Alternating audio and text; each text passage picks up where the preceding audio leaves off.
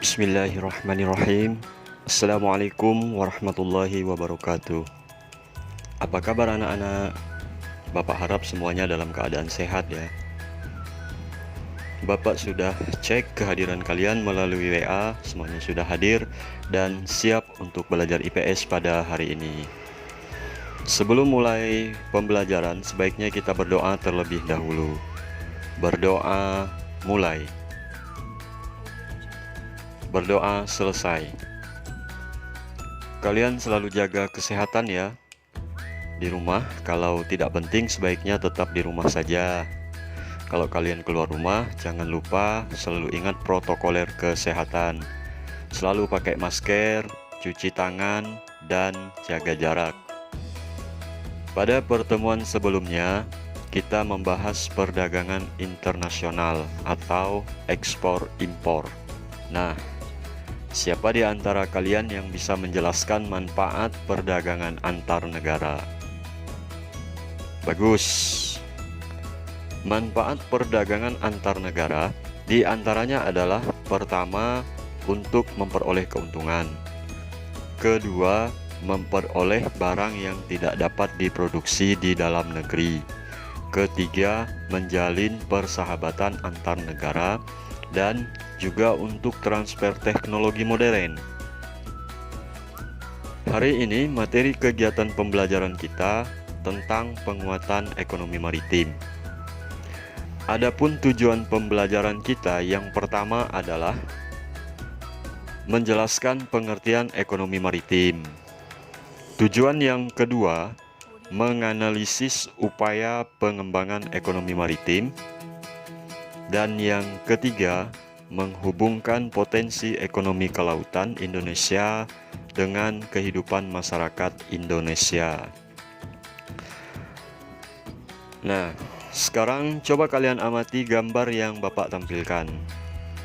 Selain gambar yang Bapak tampilkan, kalian juga bisa mengamati video dan gambar yang ada di link yang sudah Bapak kirim melalui WA kalian. Gambar yang pertama adalah gambar nelayan sedang mengumpulkan hasil tangkapan ikannya. Sedangkan gambar yang kedua adalah gambar seseorang yang sedang menjemur ikan hasil tangkapan. Nah, jadi ekonomi kelautan merupakan kegiatan ekonomi yang dilakukan di wilayah pesisir dan lautan, serta di darat yang menggunakan sumber daya alam dan jasa-jasa lingkungan kelautan untuk menghasilkan barang dan jasa. Sedangkan ekonomi maritim merupakan kegiatan ekonomi yang mencakup transportasi laut, industri galangan kapal dan perawatannya, pembangunan dan pengoperasian pelabuhan beserta industri dan jasa terkait. Dari kedua pengertian di atas, tentunya kalian sudah mengetahui perbedaan antara ekonomi kelautan dan ekonomi maritim. Dan apakah kira-kira kesamaan dari dua hal tersebut? Kesamaannya adalah kedua-duanya sama-sama bertujuan untuk meningkatkan kesejahteraan umat manusia. Nah, dengan kekayaan laut yang sangat banyak, ironisnya pembangunan ekonomi nasional masih belum memberikan gambaran dampak positif yang kuat terhadap kesejahteraan masyarakat. Kenapa? Gambaran nyata kondisi ini sejalan dengan pengelolaan sektor kelautan belum digarap dengan penuh perhatian dan kemauan. Gambaran nyata kondisi ini sejalan dengan pengelolaan sektor kelautan belum digarap dengan penuh perhatian dan kemauan. Hal ini terlihat pada potret sebagian besar nelayan Indonesia yang masih bergelut dengan kemiskinan. Padahal produksi perikanan terus meningkat, daya saing domestik yang lemah, menyebabkan kegiatan pengangkutan atau transportasi laut maupun eksploitasi sumber daya mineral di wilayah perairan nasional masih lebih banyak dilakukan oleh pihak asing. Kekalahan dalam kompetisi ekonomi berbasis maritim juga terjadi di sektor industri dan jasa kelautan mulai dari hulu maupun hilir. Anak-anakku sekalian, untuk kegiatan kita selanjutnya, kalian bisa membaca materi penguatan ekonomi maritim dari buku paket ataupun sumber-sumber lain yang relevan ya. Kalian juga bisa bertanya kepada anggota keluarga kalian secara langsung, bisa juga bertanya langsung kepada Bapak, dan juga bisa juga melalui aplikasi WA ataupun telepon tentang materi potensi ekonomi maritim Indonesia. Nah, selanjutnya silahkan kalian mengerjakan tugas yang Bapak kirim melalui WA.